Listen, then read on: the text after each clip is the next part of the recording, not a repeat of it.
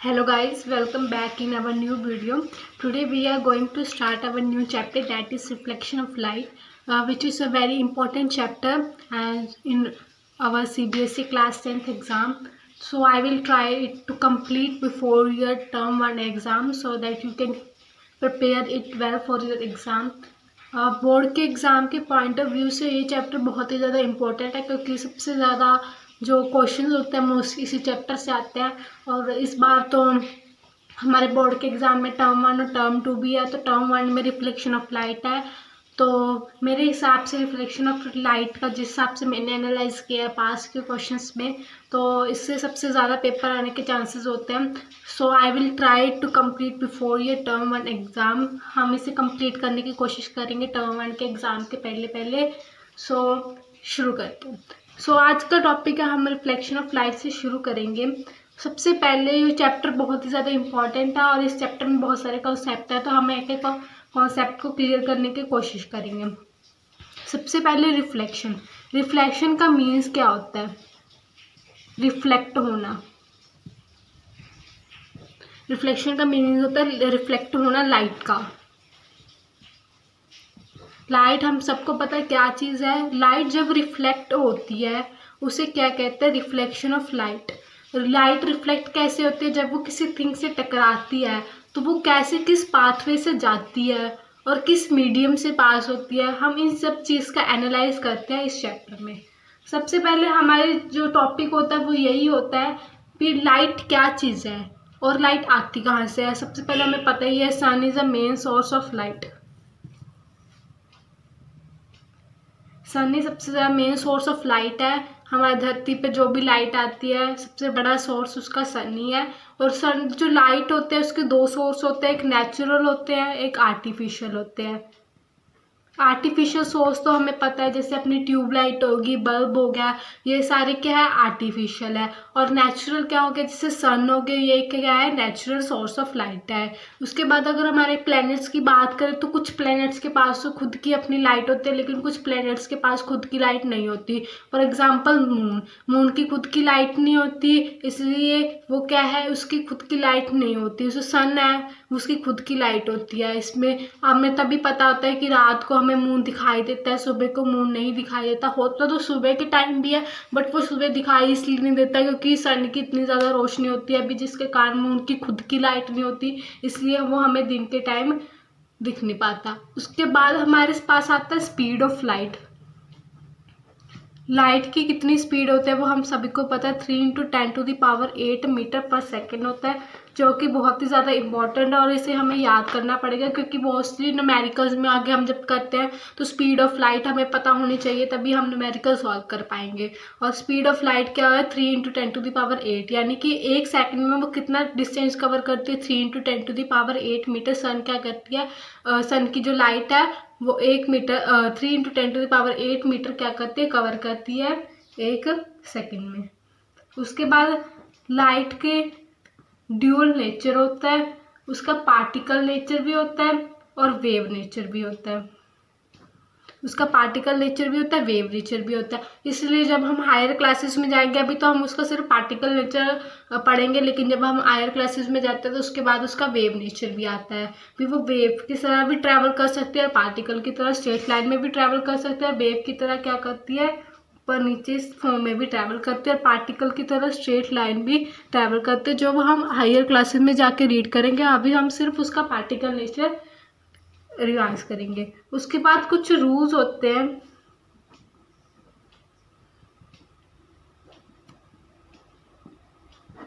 Reflection of light के। बाकी reflection of light हमारे लिए बहुत ही ज़्यादा इंपॉर्टेंट है। जो भी हम धरती पे जो भी चीज़ देख पा रहे हैं वो सिर्फ लाइट की वजह से देख पा रहे हैं। अगर लाइट नहीं होती तो हमें पूरा चीज़ें डार्क दिखाई देती है। जैसे एक डार्क रूम होता है, उसमें कोई भी लाइट नहीं होती, उसके कारण हम कोई भी ऑब्जेक्ट नहीं देख पाते। उसी तरह अगर अर्थ पे लाइट ही नहीं होगी तो हम अर्थ का कोई भी ऑब्जेक्ट देख ही नहीं पाएंगे।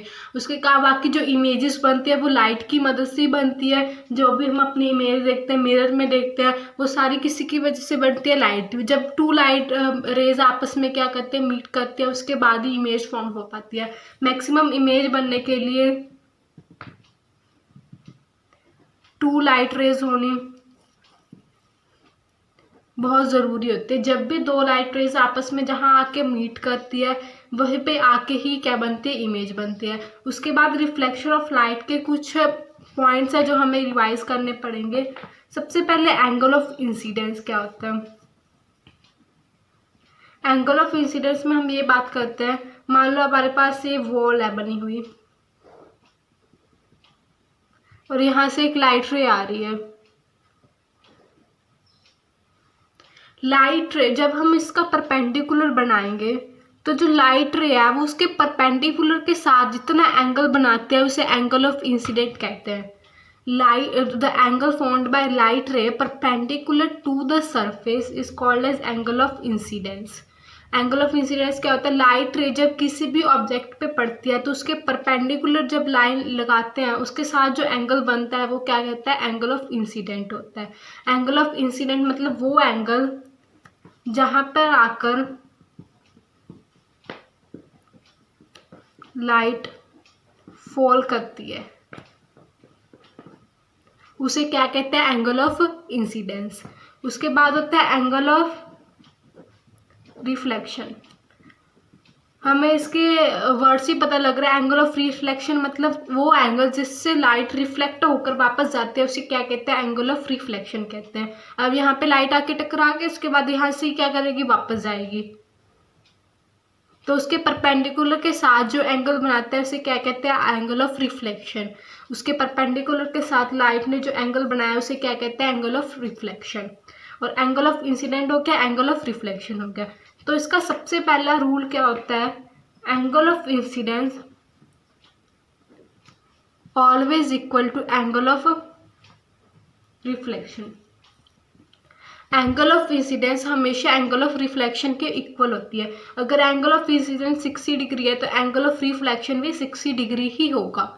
अगर एंगल ऑफ इंसिडेंस 60 डिग्री है तो एंगल ऑफ रिफ्लेक्शन भी क्या होता है, 60 डिग्री ही होता है। और इसे हम मैथमेटिकली प्रूव भी कर सकते हैं, जब मुझे आपको आके प्रूव करके दिखाऊंगी भी जो एंगल ऑफ इंसिडेंट होता है वो एंगल ऑफ रिफ्लेक्शन के ऑलवेज इक्वल होता है। अगर अपना सेकेंड पॉइंट होता है, अगर एंगल ऑफ इंसिडेंट 0 डिग्री हो तो एंगल ऑफ रिफ्लेक्शन भी क्या होगा, 0 डिग्री ही होगा। अगर एंगल ऑफ इंसिडेंट 0 डिग्री है तो एंगल ऑफ रिफ्लेक्शन भी क्या होगा, 0 डिग्री होगा। फॉर एग्जाम्पल यहाँ पे अपने पास एक मिरर है और यहाँ पे ये नॉर्मल हो गया। अब यहाँ पे आके लाइट इसी नॉर्मल पे आके टकराती है तो यहीं से क्या हो जाएगी, वापस हो जाएगी। जिस पाथवे से एंगल ऑफ इंसिडेंट आती है उसी पाथवे से एंगल ऑफ रिफ्लेक्शन वापस चली जाती है। इसका नॉर्मल के साथ कितना एंगल हो गया, 0 डिग्री हो गया, तो एंगल ऑफ रिफ्लेक्शन में कितना होगा, 0 डिग्री होगा। यानी कि जिस हिसाब से वो आती है उस हिसाब की चली वापस भी चली जाती है। तो इसके ये तो 2 पॉइंट हो गए, 2 लॉ हो गया। एंगल ऑफ रिफ्लेक्शन और एंगल ऑफ इंसिडेंट क्या होता है, इक्वल होता है। और सेकेंड पॉइंट क्या होता है, अगर एंगल ऑफ इंसिडेंट नॉर्मल भी कहते हैं इसको, नॉर्मल टू द सरफेस हाई। नॉर्मल का मतलब होता है 90 डिग्री बनाए, परपेंडिकुलर टू द सरफेस हो तो वो परपेंडिकुलर ही सरफेस से वापस चली जाती है। तो ये 2 रूल है जो लॉ ऑफ रिफ्लेक्शन को बनाते हैं और ये सबसे ज़्यादा इंपॉर्टेंट रूल है। और इस रूल से ही हम आगे इस रूल्स पे क्वेश्चन भी आ सकते हैं दो। और अपने पास आता है इसे मैथमेटिकली प्रूव करना। मैथमेटिकल प्रूफ हम कैसे कर सकते हैं, मान लो ये मिरर है, ये नॉर्मल हो गया, ये एंगल ऑफ इंसिडेंट हो गया, ये रिफ्लेक्टेड रे होगी और ये एंगल ऑफ रिफ्लेक्शन हो गया।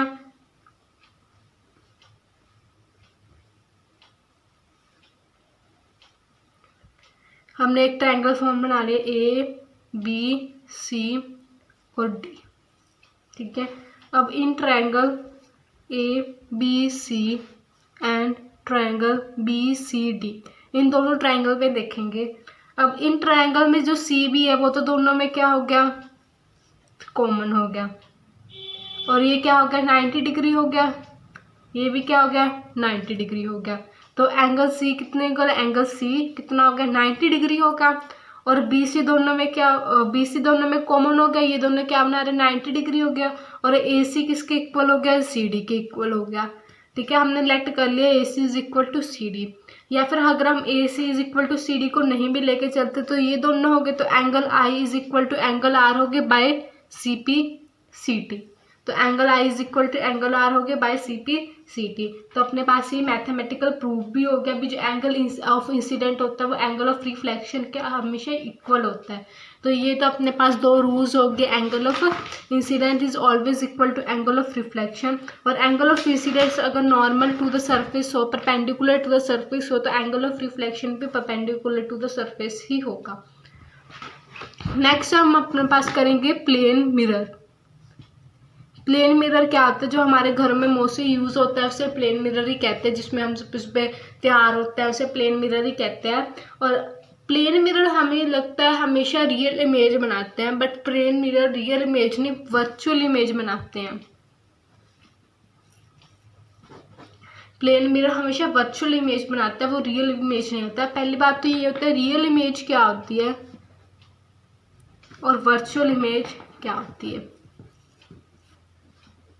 अभी पीछे मैंने बताया था कि जब दो लाइट रेज आपस में मीट करते हैं तो वो क्या बनाते हैं, इमेज बनाते हैं। रियल इमेज क्या होता है, वर्चुअल इमेज क्या होता है। जब दो रेज एक्चुअल में मीट करें तो उसे रियल इमेज कहते हैं। और वर्चुअल इमेज क्या होती है, जब दो रेज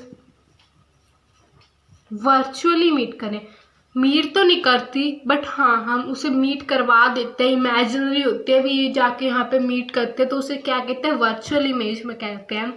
तो प्लेन मिरर हमेशा वर्चुअल इमेज बनाता है, ना कि रियल इमेज बनाता है। तो प्लेन मिरर इमेज कैसे बनाता है, मान लो ये प्लेन मिरर लगा हुआ है और यहाँ पे कोई ऑब्जेक्ट या फिर मैन कोई भी खड़ा है, उसकी जो इमेज है उसके पीछे इमेज, मिरर के पीछे ही हमेशा इमेज बनती होती है, पीछे बनती होती है, कभी भी बीच में नहीं लगती। हमें लगता है कि इमेज जो मिरर है उसके में जो इमेज बन रही है वो उसके बीच में बन रही है, नहीं वो उसके पीछे बन रही होती है इमेज। जो उसकी प्लेन मिरर जो इमेज बनाता है वो हमारे बिल्कुल डिटो कॉपी होती है, और वो कौन सी बनाता है, वर्चुअल इमेज बनाता है। जितने डिस्टेंस पे, मान लो ये 2 मीटर पे कोई इंसान खड़ा है तो उसकी इमेज भी 2 सेंटीमीटर लगा लो तो 2 सेंटीमीटर पे ही बनेगी। मतलब जितनी दूर हमारा ऑब्जेक्ट खड़ा होता है उतनी दूर उसकी इमेज बनती होती है। हमेशा प्लेन याद रखना वर्चुअल इमेज बनाता है, वो कभी भी रियल इमेज नहीं बनाता। और ये बहुत ही इंपॉर्टेंट थिंग है, तो पेपर में पूछ लेते हैं प्लेन में रियल इमेज बनाता है कि वर्चुअल इमेज बनाता है। जो हम थिएटर्स में मोस्टली देखते हैं सिनेमा वगैरह, वो रियल इमेज बनी होती है। जो हमारा प्लेन मिरर होता है वो वर्चुअल इमेज बनाता है, जो हमारे मोस्टली घरों में क्या होता है, यूज करते हैं। उसके बाद हमारे पास आता है मिरर। टाइप्स ऑफ मिरर क्या होता है,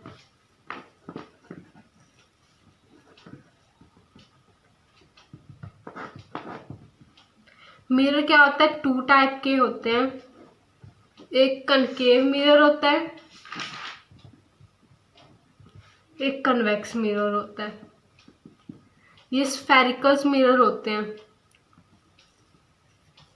स्फेरिकल शेप तो आपको पता ही है, जो मिरर स्फेरिकल शेप का उसे क्या कहते हैं, स्फेरिकल मिरर कहते हैं। वो 2 टाइप के होते हैं, एक कनकेव मिरर होता है, एक कन्वेक्स मिरर होता है। कनकेव मिरर तो हमारी बाउल की शेप का होता है, और कन्वेक्स मिरर जो बाहर की तरफ उभरा हो, और कनकेव मिरर जो अंदर की तरफ हो। हम ऐसे भी रिमाइंड कर सकते हैं। कनकेव, केव क्या होता है, गुफा। गुफा क्या होते हैं, हमारे बाउल की टाइप की नहीं होती जो अंदर अंदर अंदर अंदर जाती जाती है, इसे क्या कहते हैं, कनकेव मिरर कहते हैं। और इसे क्या कहते हैं, कन्वेक्स मिरर कहते हैं, जो बाहर की तरफ उभरा हुआ उसे कन्वेक्स कहते हैं, जो अंदर की तरफ होता है उसे कनकेव मिरर कहते हैं। और मिरर भी 2 टाइप के होते हैं, एक डाइवर्जिंग मिरर होते हैं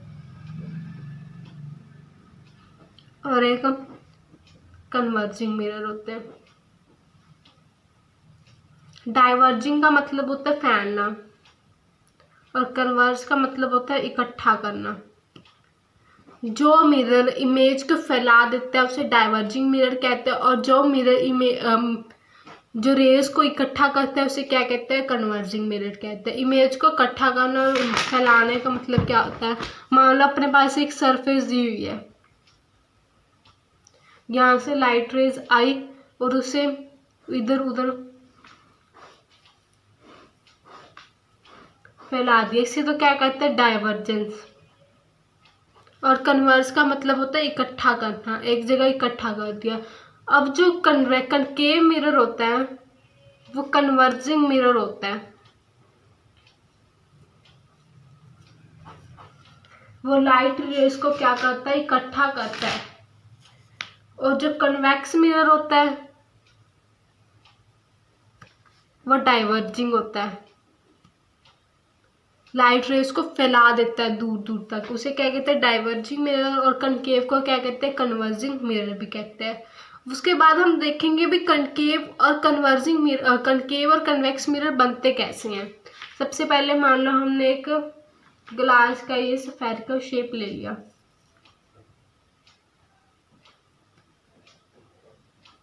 और उसे ऐसे काट दिया।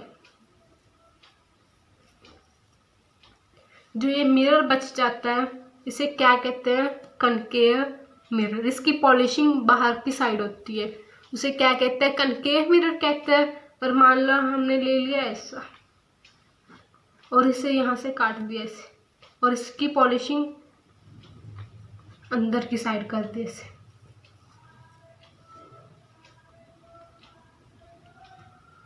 उसे क्या कहते हैं, कन्वेक्स मिरर। तो इसकी रिफ्लेक्टिव सरफेस कौन सी होगी, ये वाली, और इसकी रिफ्लेक्टिंग सरफेस कौन सी होगी, ये वाली। तो ये कनकेव और कन्वेक्स मिरर के क्या हो गए, दो डिफरेंस हो गया। और नेक्स्ट वीडियो में हम इसके बारे में आगे बात करेंगे कि फोकस क्या होता है, रेडियस ऑफ कर्वेचर क्या होता है, पोल क्या होता है, सेंटर ऑफ कर्वेचर क्या होता है, ये सारे पॉइंट्स हम, प्रिंसिपल एक्सिस क्या होता है, ये सारे पॉइंट्स हम नेक्स्ट वीडियो में डिस्कस करेंगे। भी focus, radius of curvature, pole, centre of curvature, principal axis क्या होते हैं।